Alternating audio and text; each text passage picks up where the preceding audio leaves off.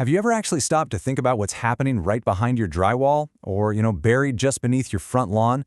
We kind of tend to think of our homes as these impenetrable fortresses, right? But when it comes to your plumbing system, there's this constant, invisible threat lurking just out of sight. So what do you think is the absolute biggest threat to your home's plumbing? Is it, flushing the wrong thing down the drain? A bad DIY project? Well, while those definitely don't help, the true enemies are actually relentless, totally unavoidable forces: the weather and time. It's not just your daily wear and tear. We're talking about massive environmental pressure and aging infrastructure just working around the clock to stress your pipes to their absolute breaking point. Okay, let's dive right into this. Welcome to today's Explainer, where we're going to unpack the invisible war: home infrastructure versus nature. We'll be looking at some fascinating data and insights from professional plumbing contractors who are operating right on the front lines in northern Rhode Island. We're going to figure out exactly how our homes battle the elements and, more importantly, how we can defend them.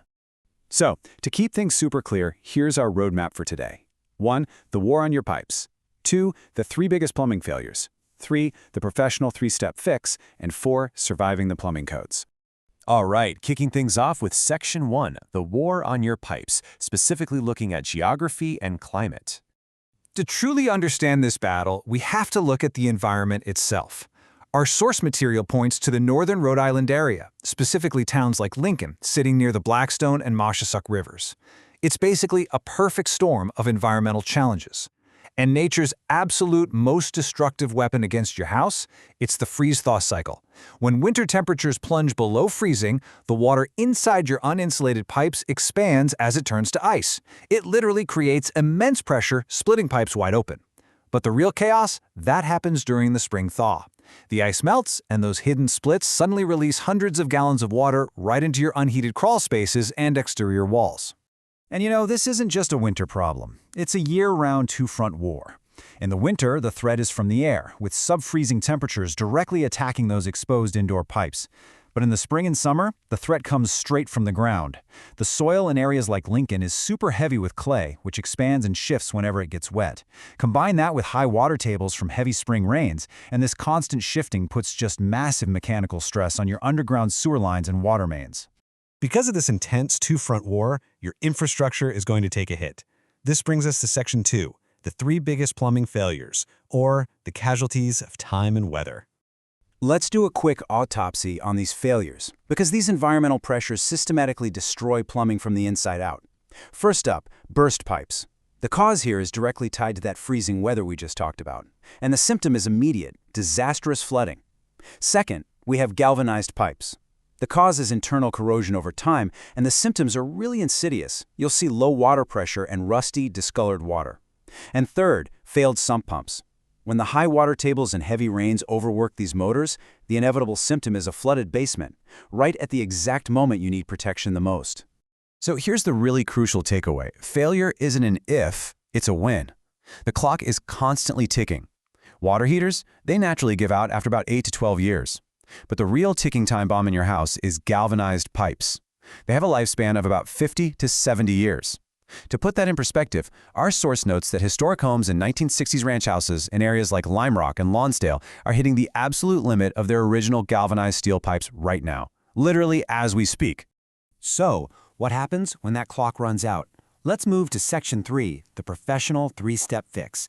This is the tactical response. When your basement is filling up with water, panic doesn't help. You need a tactical, calculated response to neutralize the disaster. Emergency plumbing contractors use a really strict protocol to regain control.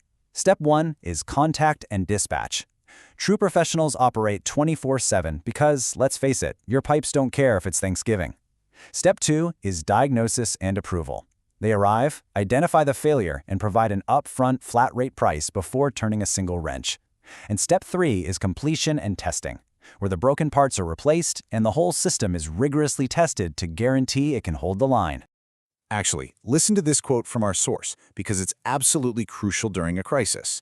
The price we quote is the price you pay, guaranteed. No hourly rates that climb unexpectedly. Think about it. When water is destroying your home, the absolute last thing you need is the financial anxiety of a climbing hourly meter. Clear communication and upfront pricing are just as vital to the emergency response as the actual repair itself. Now, these professional repairs aren't just done however someone sees fit. Which brings us to Section 4, Surviving the Plumbing Codes, or the Rules of Engagement. These regulations are intense. Rhode Island enforces the International Plumbing Code, but with some very specific local amendments. Because of the harsh climate, there are mandatory rules for freeze protection insulation and heat tape in unheated spaces. There are strict rules for backflow prevention to keep our public water supplies safe from contamination. And importantly, almost all significant work requires formal permitting and inspection. These rules are there for a reason, folks. They exist to protect public health and your property value. Which brings us to a really harsh reality. DIY fixes create unpermitted code violations that will inevitably surface during property sales.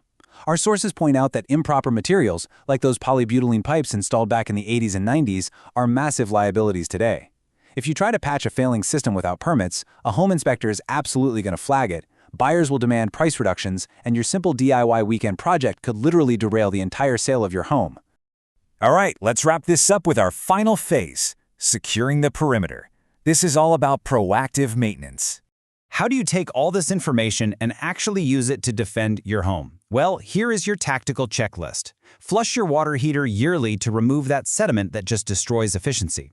Test your sump pumps before the heavy spring rains hit, not during a downpour when it's too late. Replace the anode rods in your water heater every few years to stop internal tank corrosion. And absolutely positively ensure every single pipe running through a crawl space or exterior wall is heavily insulated against the winter freeze. So I want to leave you with a final, provocative question. Do you actually know where your home's main water shutoff valve is located? Seriously, if a pipe bursts literally right now, do you know exactly how to cut off the supply before thousands of dollars in damage occurs? If your answer is no, finding that valve should be your very first mission after this explainer ends. Nature and time are relentlessly testing your home's infrastructure, so make sure you're prepared for the battle.